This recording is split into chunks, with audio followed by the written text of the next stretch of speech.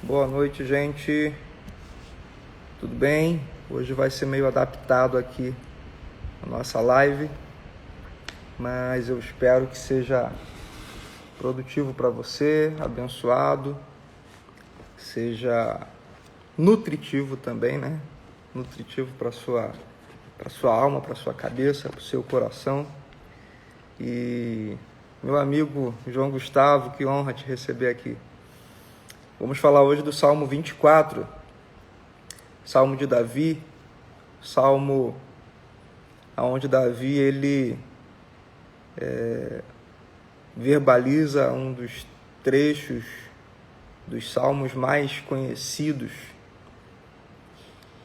E eu vou ler para você na versão Nova Tradução Linguagem de hoje,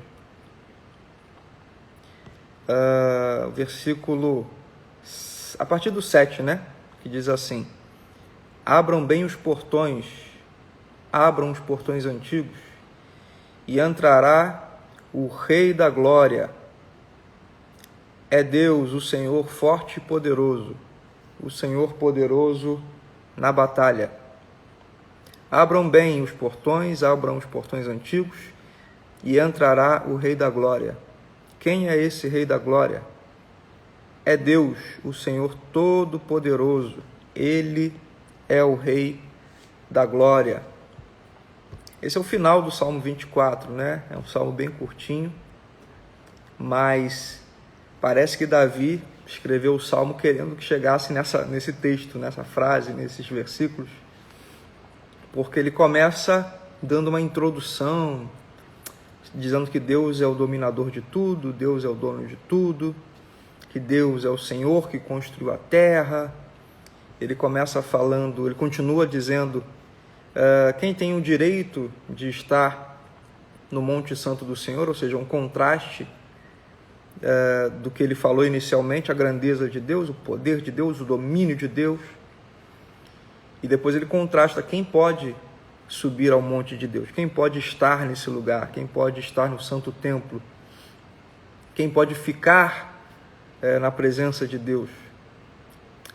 E aí Davi ele segue em frente falando: somente aquele que é correto, que age limpo, que não adora ídolos.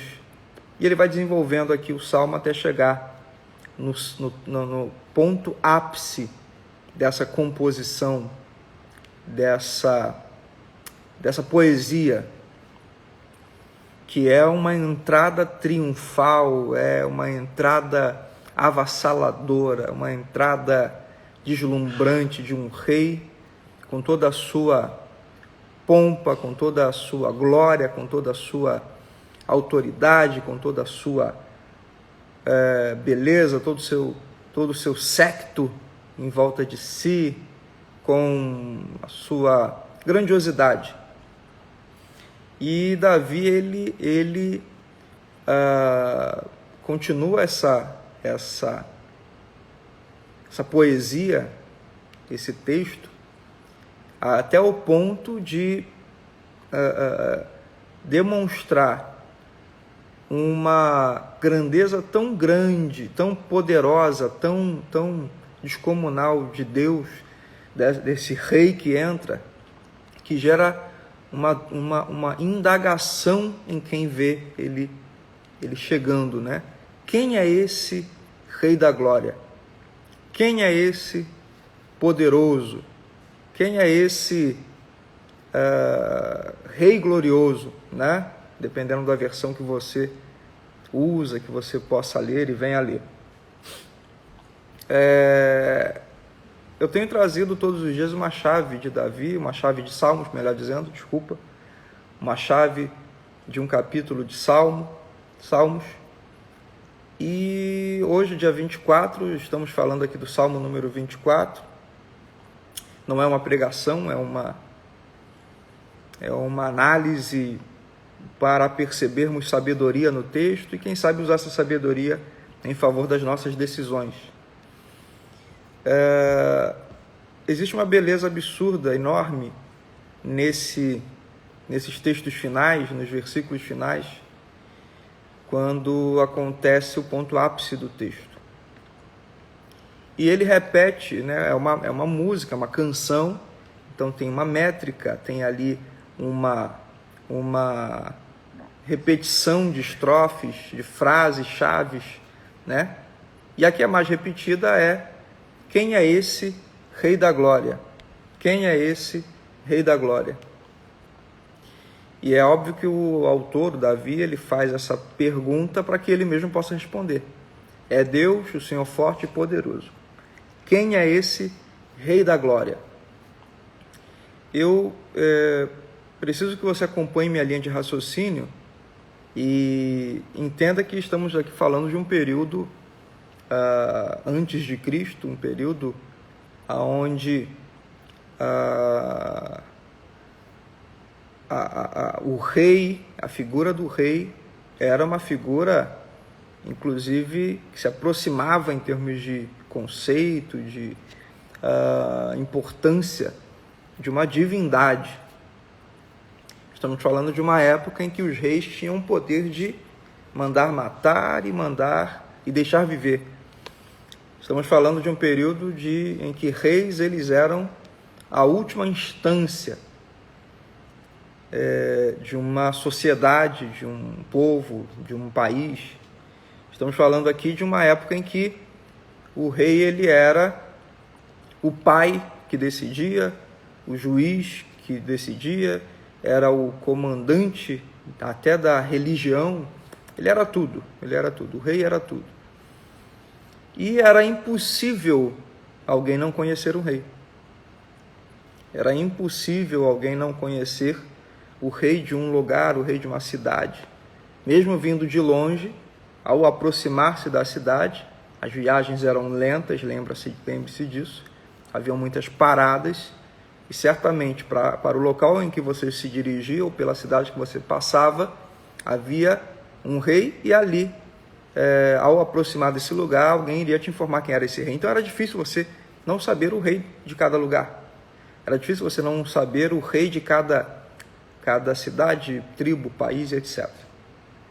Mas Davi ele introduz a pergunta: quem é esse Rei da Glória? Davi ele introduz a pergunta no contexto dessa composição. Quem é esse Rei da Glória?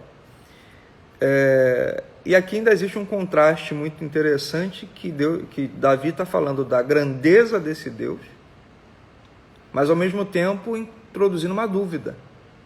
Quem é esse Rei da Glória? E a palavra-chave hoje é essa, é a dúvida.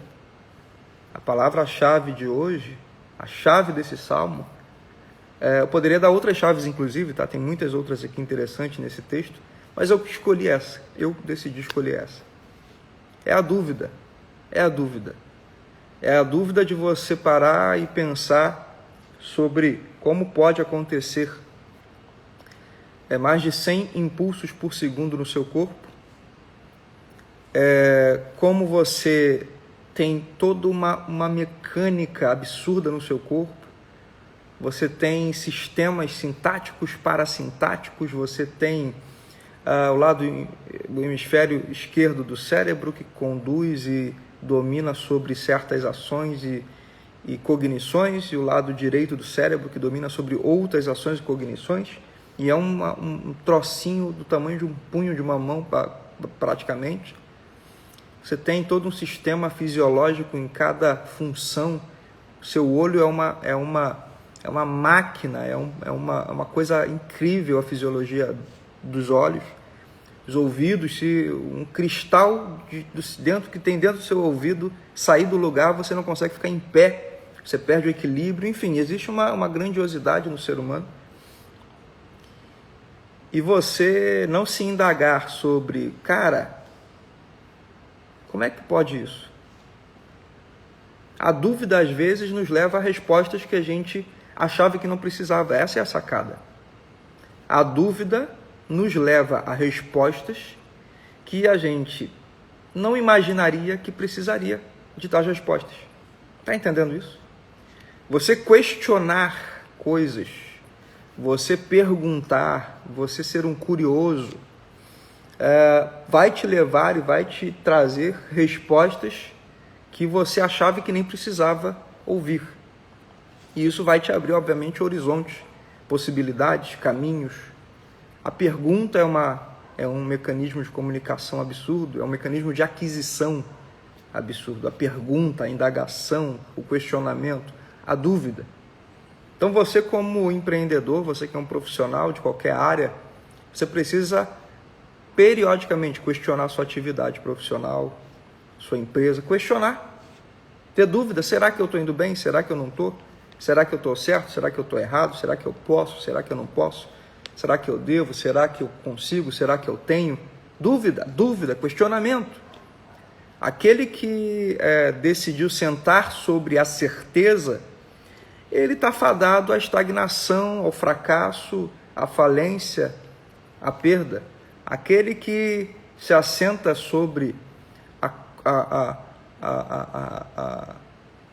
indubitável assertividade da sua inteligência e sabedoria, você é uma pedra, é um monolito que está ali parado, só isso. O que faz você avançar é o questionamento. Se a sua empresa está num patamar e o seu concorrente está em outro, você tem que questionar o que você está fazendo de certo, de errado.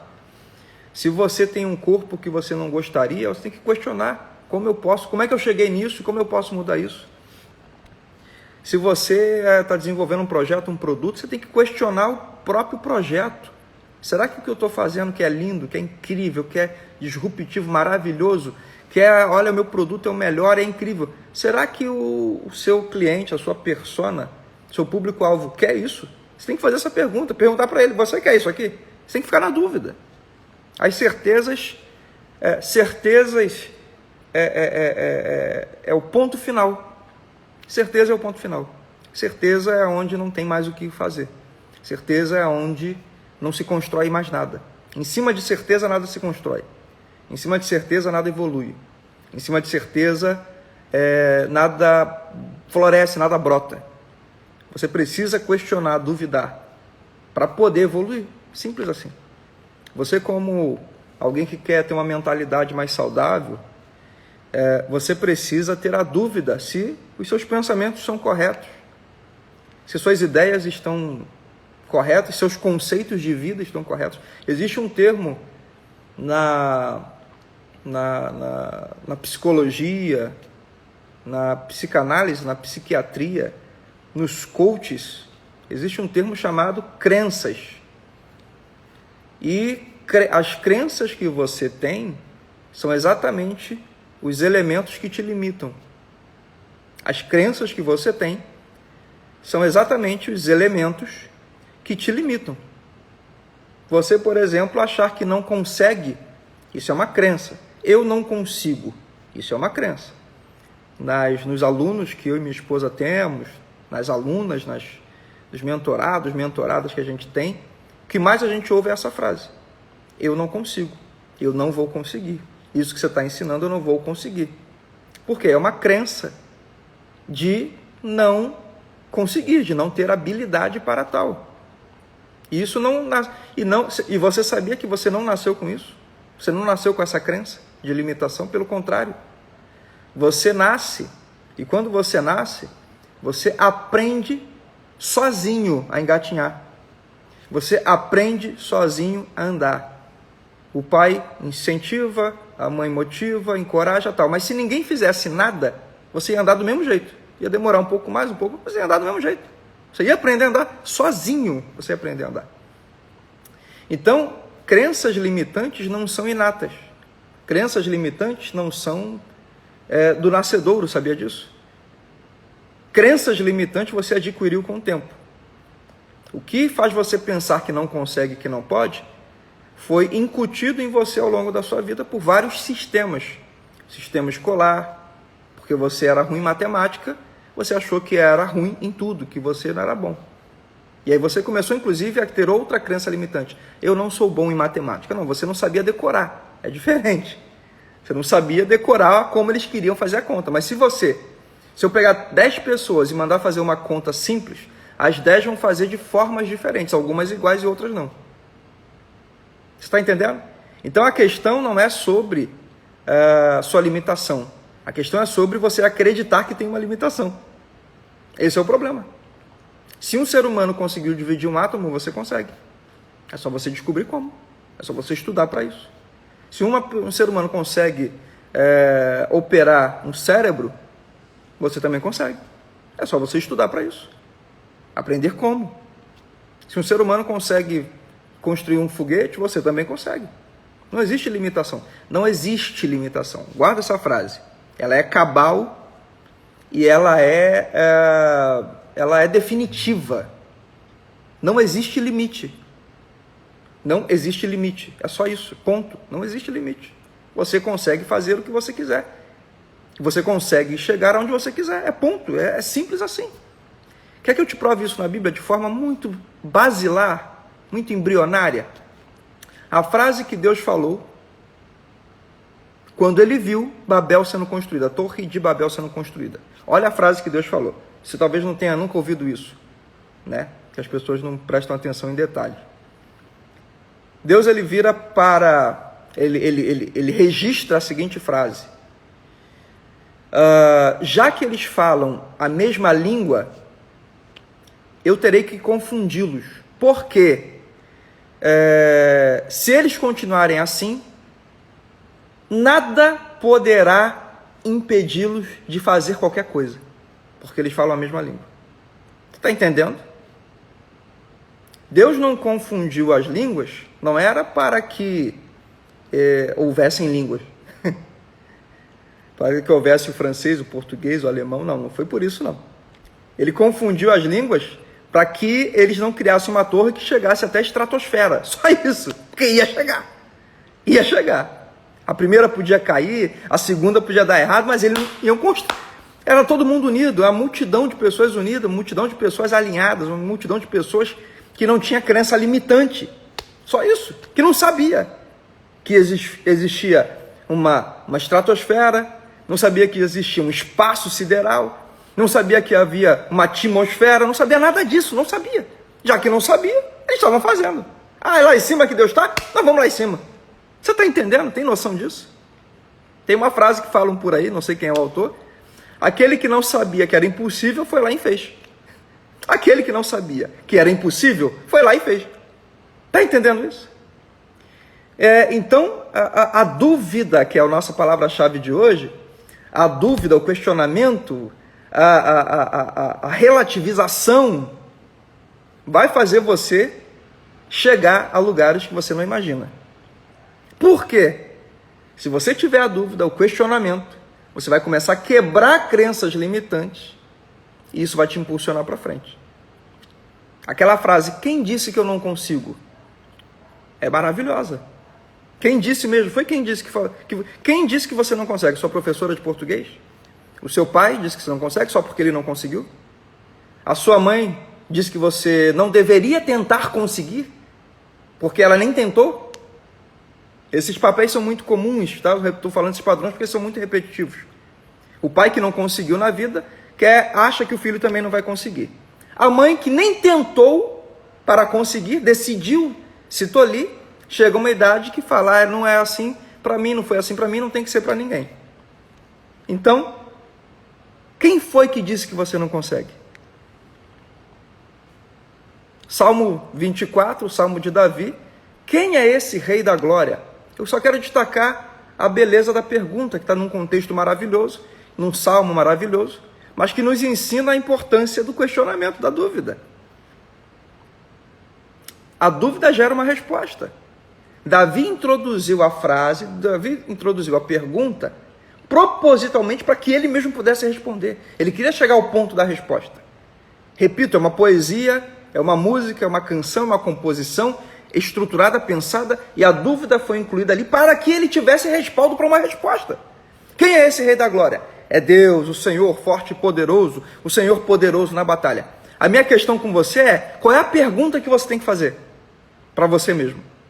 Qual é a pergunta que você tem que fazer para a sua vida? Por que eu estou nessa posição que eu estou hoje? Por que eu estou nesse lugar que eu estou hoje? Por que eu estou estagnado do jeito que eu estou hoje? Por que eu estou gordo do jeito que eu estou hoje? Por que eu estou deprimido? Faça perguntas para que você encontre as respostas. A pior situação é você achar que não tem resposta, não fazer pergunta e ficar tudo igual. E falar como todos dizem. É assim, a vida é assim. É o que é. É desse jeito. Não, isso não é resposta. Isso é desculpa. É diferente. É o que é desse jeito, foi sempre assim. Aqui nessa região todo mundo é assim. Quem nasce nesse lugar nunca dá certo. Quem nasce nessa família nunca dá certo. Isso não é resposta. Isso é desculpa. Isso é justificativa e das mais medíocres. Definir que tudo é um status quo constante é uma desculpa. Eu tenho falado em algumas lives, alguns bate-papos aqui sobre o sistema escolar, que é um sistema que foi bom até certo ponto e é um ponto que já passou há muitos anos, muitas décadas, muitos séculos até, o sistema escolar. Se você não sabe, esse modelo escolar existe há séculos, mas como cargas d'água, eu vou continuar com o mesmo modelo de sistema educacional em 2021, que era usado, o mesmo sistema que era usado em 1700. Como cargas d'água? Como? E outros sistemas estão falidos, mas a gente tenta mantê-los de pé. Sistemas eclesiásticos, sistemas universitários, sistemas de saúde. Os sistemas estão errados. Já passou o tempo de mudança. Aí você vê um banco digital, como vários que tem por aí, Nubank, Inter, C6, Scora, bancos que você entra no celular, em 3 minutos você abre uma conta. Em 3 minutos. Sem encheção de saco, sem pergunta, sem sabe? Sem trique-trique, sem chateação. 3 minutos você abre uma conta. E já começa a depositar, receber, trocar. E caraca! Sabe o que se chama isso? Disrupção. Disrupção. Você tem um monte de banco tradicional, chato, cheio de taxa, que te rouba, mas pega o teu dinheiro assim na tua cara e rindo de você. Você paga um monte de taxa que nem sabe, e paga. E tá feliz, e acha que tá tudo bem, por quê? Sempre foi assim, é o que temos, é só isso. Aí você fala, mas digital, não sei, é meio perigoso. O seu banco, que você acha que não é digital, cabeça dura, o seu banco é digital, porque todas as transações que ele faz é digital, são digitais. Todas as transações são digitais, pelo amor de Deus. Todas as transações são digitais. Você acha que você vai na boca do caixa e pega o dinheiro, aquele dinheiro saiu de um cofre que estava com o seu nome, você acha que é isso? Você acha que o dinheiro que você entrega lá na boca do caixa, ele é empacotado e vai lá para o escritório da Light e lá alguém desempacota aquele dinheiro e fala assim, esse dinheiro aqui é do Rafael. Opa, você acha que é assim? Ou entra dinheiro, ele fica fiduciariamente, é um dinheiro fiduciário, ele é confederado, ele é nacional, isso que significa fiduciário. Aquele dinheiro físico fica ali no cofre do banco, mas ele é comunicado digitalmente para o credor. Você está entendendo isso? Então o seu banco é digital, só que o relacionamento é que não é. A burocracia é que não é digital. A burocracia é volumosa para parecer que é muito difícil. Hoje existem as fintechs. O que são fintechs? São startups focadas na área financeira, que resolvem questões e transações financeiras de várias ordens. Hoje um moleque, o que significa? Um moleque de 18 anos pode abrir um banco digital. Mas por que chegou a esse ponto? De um Nubank, de um Inter. Nubank eu descobri hoje. O Nubank tem hoje mais de 45 milhões de clientes. Você tem noção do que é isso? 25% do país é de um banco digital que não tem uma agência. Um raio de uma agência. Não tem. E tem 45 milhões de clientes. Você tem noção do que é isso? E sabe por que chegou a esse ponto? Porque alguém fez uma pergunta. um dia, não tão distante, alguém questionou o status quo. Alguém falou, tem que ser assim? Todo mundo diz que é assim mesmo, mas tem que ser assim? Questionou o status quo. E aí o que acontece? Uma disrupção. Tudo é a partir de uma pergunta, de uma dúvida, de um questionamento. Então, se você quer ter uma mentalidade saudável, não se acomode com o seu status quo. Não se acomode com a sua realidade. Não se acomode pelo lugar que você nasceu, pela cor da sua pele, pela sua educação, pela escola que você estudou. Não, esquece. Para com isso. Você quer ter uma mentalidade saudável? Questione. A mentalidade saudável não é aquela que está parada, estagnada. É aquela que questiona. É aquela que está em movimento. É aquela que está recebendo informações, sinapses, fazendo sinapses e processando as informações. Questione. E para você que quer ter uma espiritualidade saudável, Jesus, aí fica difícil, né, se segurar.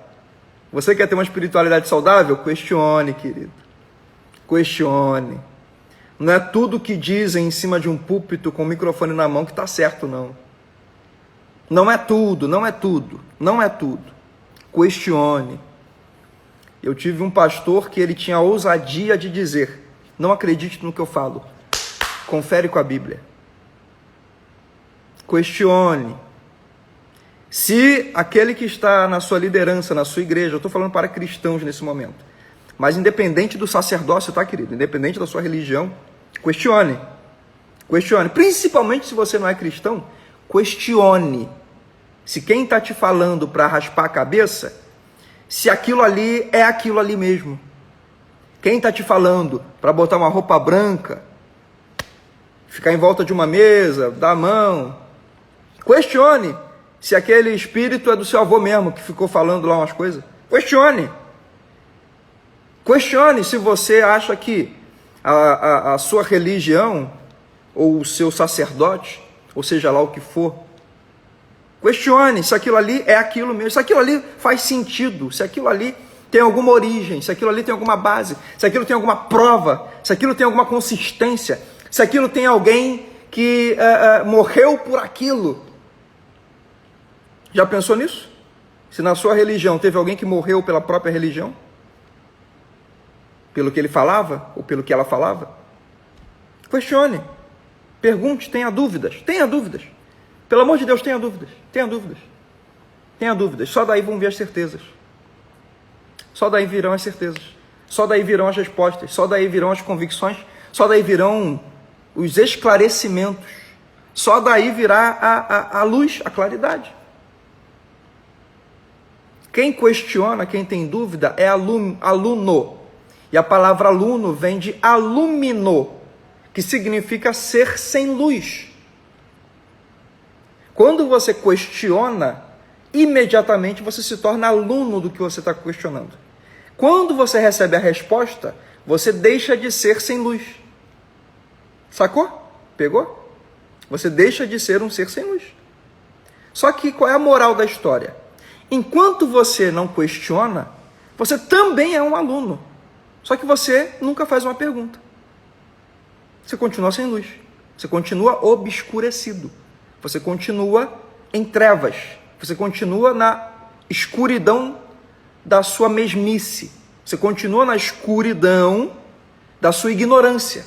Você continua na escuridão da sua prerrogativa. Você continua na escuridão do que te impuseram, do que te disseram que era verdade. Na escuridão, na cegueira do que te falaram. Fez uma pergunta, surgiu a dúvida, começou a questionar, se tornou aluno. Se tornou aluno, assumiu a posição de aluno. Eu não sei, eu quero saber. Eu não conheço, eu quero conhecer. Eu não tenho, eu quero ter. Eu não vi, eu quero ver. Você entra na posição de aluno, você assume que não sabe, aí vem a resposta. Quando vem a resposta, você deixa de ser um ser sem luz.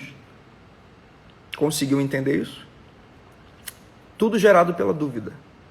Tudo gerado pelo questionamento, tudo gerado pela pergunta, tudo gerado pela quebra do status quo. Status quo, para quem não sabe, é aquilo que está estabelecido. É aquilo que dizem que é do jeito que é e tem que ser do jeito que é. Mas não é. E não tem que ser. Tá bom? Beijo no coração. Amo sua vida. Amanhã a gente se vê de novo. Tenha dúvidas. Entenda o que eu estou te dizendo. Mude os seus conceitos. Tudo isso eu tirei de uma frase, de um versículo, de um salmo. De uma frase só. Quem é esse Rei da Glória? Deus te abençoe e até amanhã.